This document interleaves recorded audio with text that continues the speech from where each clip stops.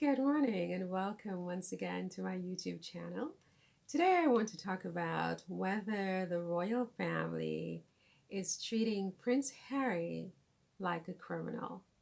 So, why do I say that? Well, it's just my perception. I could be completely wrong, but it just seems like Harry is often grouped with Prince Andrew, who was expelled from, his senior royal status on account of certain allegations by a woman who sued him for sexual assault, I guess, when she was a minor. So he basically, I think, correct me if I'm wrong, was accused of committing statutory rape. I think. I think that's what it was. And because of these allegations, Prince Andrew's mother, who was the then monarch, Queen Elizabeth, who was just recently deceased, relieved him of his senior royal status. He could not, he could no longer represent the royal family, um, you know, publicly, etc., etc., etc. And of course, even during official royal events, he's relegated to a certain lower status and so on and so forth.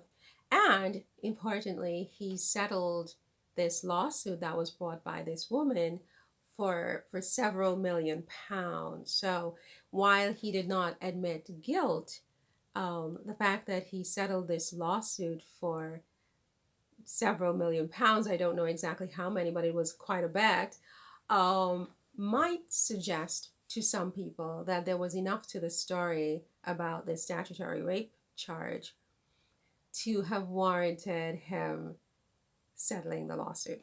Okay, so this is very serious. By any standard, an allegation like this is very, very serious. And I think that the royal family was correct in asking him to step down from his senior royal status. Now, because criminality is criminality, right?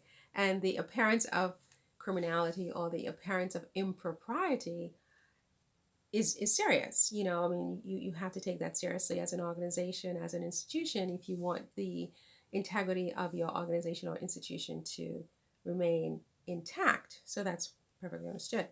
So my question is, what has Prince Harry done that is equivalent to statutory rape that has relegated him to the same status as Prince Andrew? Because it seems to me that, the royal family is going out of its way to class Andrew and Harry in the same bracket, which means that Harry must have committed some kind of criminal act because Andrew has received this reduced status or this sort of um, pariah status, if you will, because he committed serious wrongdoing, or he's alleged to have committed these serious wrongdoings, and he paid a lot of money to get out of the situation.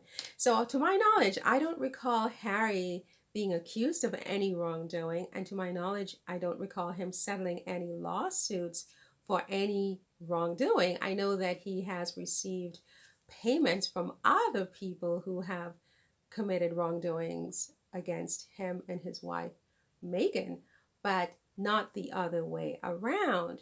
So I'm sort of sitting here thinking to myself, well, why is Prince Harry being put in the same category and class as Prince Andrew?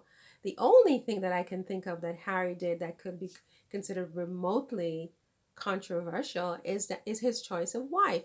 His wife being not a British blue blood, his wife having 43% Nigerian, quote unquote, Nigerian blood. Is that a crime? Is that his crime? I mean, and if that is his crime, if that's what he did wrong, to have caused all the senior members of the royal family to go into panic mode to the point that they are now trying to change the laws constitutionally and parliamentarily to say that Harry cannot act as a regent for his father by amending the 1937 Regency Act, to me is very, very serious and very, very deep, because it's Harry and Andrew who are the objects of this proposed redraft or proposed amendment of the Regency Act, which means that he will not be able to stand in for the monarch as he has been able to do since he reached the age of majority. And the only thing that Harry did that is even remotely controversial is his choice of wife.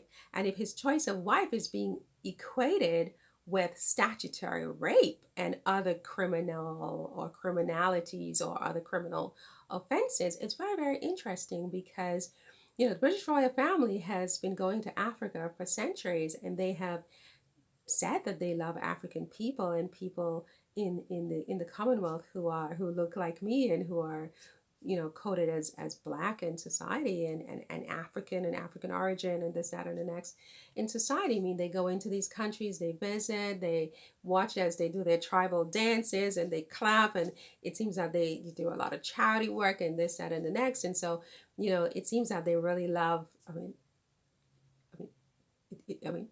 I'm I'm speechless, but it seems like they love African people. So the fact that one of them actually married somebody who's part African is now being treated as a crime, because every he's been stripped of everything. He's being stripped bit by bit of everything. Soon they will say he's not even British. He's not even Charles's son, possibly. The way that they are carrying on and bit by bit chipping away at this man who never told anybody he wanted to leave his country. He still has a home in England.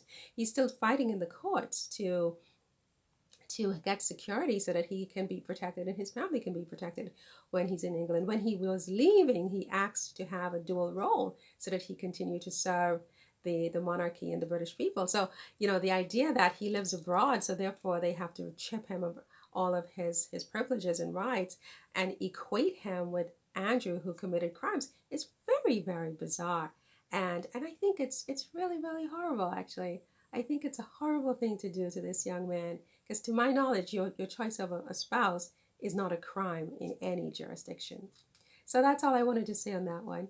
I would be happy well, you can't leave comments because I've disabled those, but I'd be happy to have you as a subscriber and to continue to follow my videos. And I wish you a great day. Okay, take care. Bye. And don't forget, live and let live. Bye.